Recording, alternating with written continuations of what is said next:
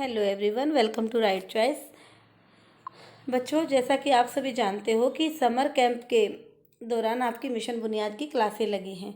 तो मिशन बुनियाद की क्लासें कब तक चलेंगी और उसके बाद जो मेगा पेटीएम होनी थी वो आपकी 18 तारीख को होनी थी, यानी कि 18 जून को आपकी मेगा पेटीएम होनी थी। क्लासें थी आपकी वो 15 तारीख तक लगनी थी।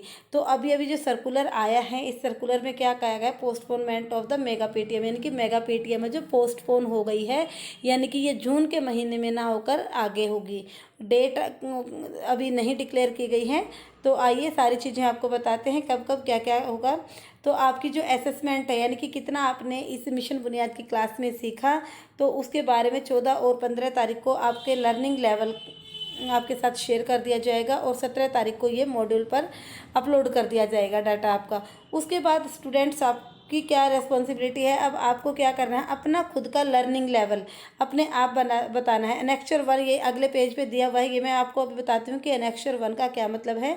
तो उसमें जो दिया हुआ है उसके अकॉर्डिंग आपको अपनी ड्राइंग बनानी है कि आपका लर्निंग लेवल क्या है, कहाँ पर आप स्टैंड करते हो।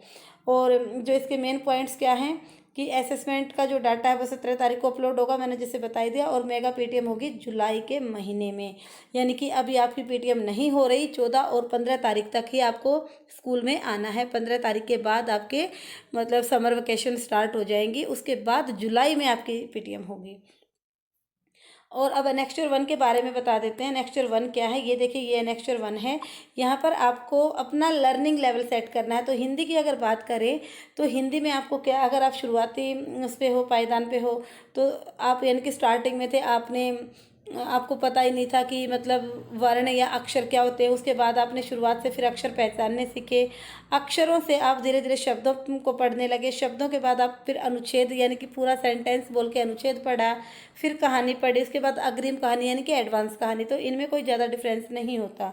तो आपको अपनी नोटबुक में सेम ऐसे ही ड्राइंग बनानी है कि आप शुरुआत से लेकर कौन से लेवल पे हो। अगर आप शब्दों तक आए तो आपको यहाँ तक बना लेनी है, अनुच्छेद पे हो तो यहाँ तक, कहानी पे हो तो यहाँ पर। ऐसे ही आपको ये हिंदी की नोटबुक में बनाना है। और मैथ्स की नोटबुक में अपना मैथ का लर्निंग लेवल आपको खुद ही सेट करना है कि आप शुरुआत में हो, यानी कि आपको पता ही नहीं है, सिर्फ आपको काउंटिंग बोलनी आती है, पहचान नहीं है 1 से लेकर 10 तक की काउंटिंग की भी। उसके बाद लेकर 10 से लेकर 99, यानी कि 1 से लेकर 99 तक के अंकों को आप पहचान पा रहे हो। उसके बाद संख्याओं को पहचान पा रहे हो।